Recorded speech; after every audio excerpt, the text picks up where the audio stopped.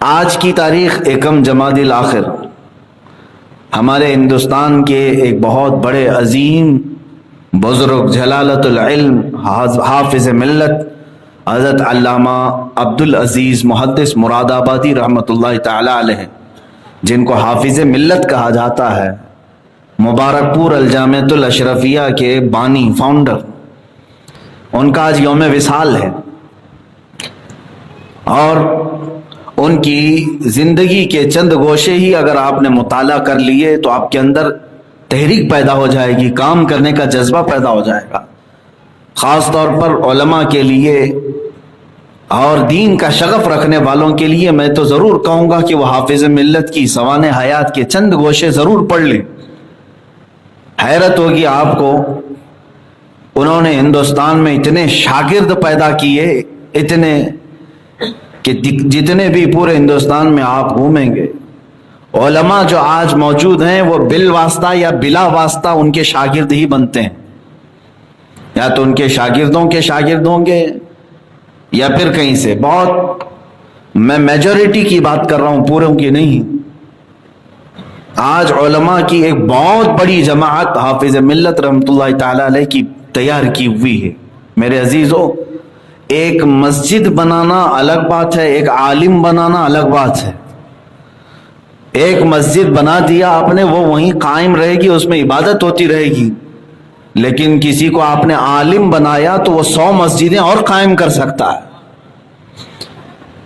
تو حافظ ملت رحمۃ اللہ تعالی علیہ کا یہ بڑا کارنامہ کہ انہوں نے اپنی زندگی میں ایسے جلیل القدر علماء پیدا کیے، ایسے جلیل القدر کہ بعد میں آنے والوں نے یہ گنگناتے ہوئے آپ کی بارگاہ میں خراج عقیدت پیش کیا، جس نے پیدا کیے کتنے لال و گوہر، حافظ دین و ملت پہ لاکھوں سلام۔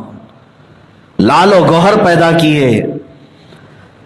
آپ کی زندگی شروع ہوئی مراد آباد کے بھوجپور علاقے سے، اور ابتدائی تعلیم آپ نے وہیں مراد آباد میں حاصل کی۔ اس کے بعد اجمیر معلیٰ پہنچے۔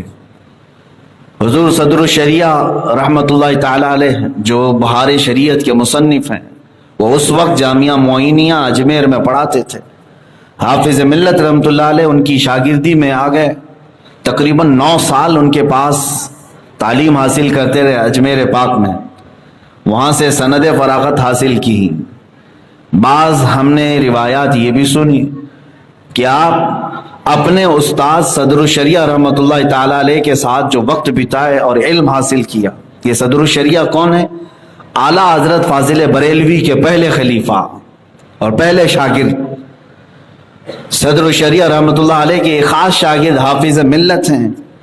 حافظ ملت رحمۃ اللہ تعالی علیہ قرآن سے اتنا شغف رکھتے تھے، اتنا شغف رکھتے تھے۔ مبارک پور اعظم گڑھ کا ایک علاقہ ہے، یو پی کے، شاید ہو سکتا ہے کچھ لوگوں نے دیکھا ہوگا، نہیں تو سنا تو ضرور ہوگا۔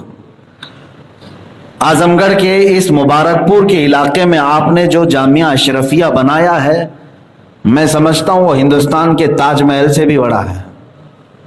تاج محل تو دیکھنے کی ایک جگہ بن گئی، لیکن یہ الجامعۃ الاشرفیہ صرف پکنک پوائنٹ نہیں ہے، بلکہ وہاں کی ہواؤں میں بھی علم ہے۔ علم اس قدر عام ہے، الحمدللہ اس فقیر کو بھی وہاں 2 سال پڑھنے کا شرف حاصل ہے۔ میں نے بھی اپنے حفظ کی فراغت اسی جامعہ اشرفیہ سے حاصل کی۔ مبارک پور جو قصبہ ہے، وہاں سے لے کر یہ الجامعۃ الاشرفیہ جو مدرسہ ہے، 1 کلومیٹر یا 1.5 کلومیٹر کا فاصلہ ہوگا۔ آپ اپنے گھر سے پیدل چلتے تھے اور مدرسے آنے تک ایک پارہ قرآن پاک ختم کر لیتے، واپس جاتے تھے تو پیدل چلتے ہوئے قرآن پاک کا ایک پارہ ختم کرتے تھے۔ قرآن کی تلاوت اتنی کثرت سے فرماتے تھے کہ دن میں 13 جماعتوں کو پڑھاتے تھے، 13 کتابیں پڑھاتے تھے۔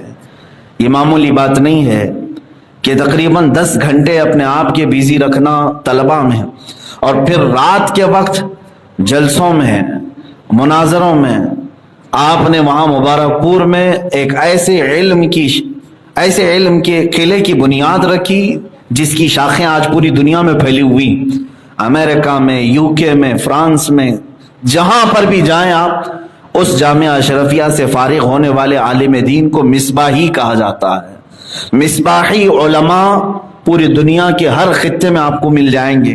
یہ حافظ ملت کا کارنامہ تھا، اپنی مختصر زندگی میں آپ نے اتنا بڑا کارنامہ کیا۔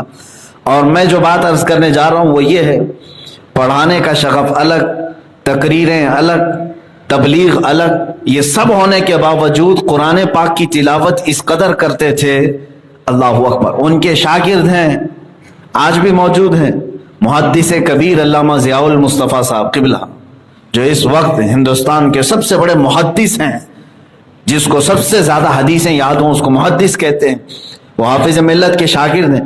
وہ خود فرماتے ہیں کہ میں نے اپنے استاد حافظ ملت سے یہ سنا کہ میرے والد نے اپنی زندگی میں 1,00,000 ختم قرآن کیے تھے، اور میں چاہتا ہوں کہ اپنے والد کے برابر ختم قرآن کر لوں۔ اور ان کے شاگرد علامہ ضیاء المصطفیٰ صاحب فرماتے ہیں مجھے اندازہ ہے کہ حافظ ملت رحمۃ اللہ علیہ نے 1,00,000 سے بھی زیادہ ختم قرآن کر لی ہے۔ قرآن کی تلاوت میں اس قدر آپ مشغول رہتے تھے کہ 2 کتابیں پڑھانے کے بیچ میں اگر 5 منٹ یا 7 منٹ وقفہ مل جائے، اس وقت بھی آپ قرآن کی تلاوت میں لگا دیتے تھے۔ جس نے اپنی زندگی کا ایک لمحہ بھی ضائع نہیں کیا۔ 84 سال کی عمر ہو رہی تھی آپ کی انتقال کے وقت، 84 ایئرس۔ اس وقت آپ فرماتے ہیں جب سے میں بالغ ہوا اس وقت سے لے کر آج تک میری تہجد قضا نہیں ہوئی۔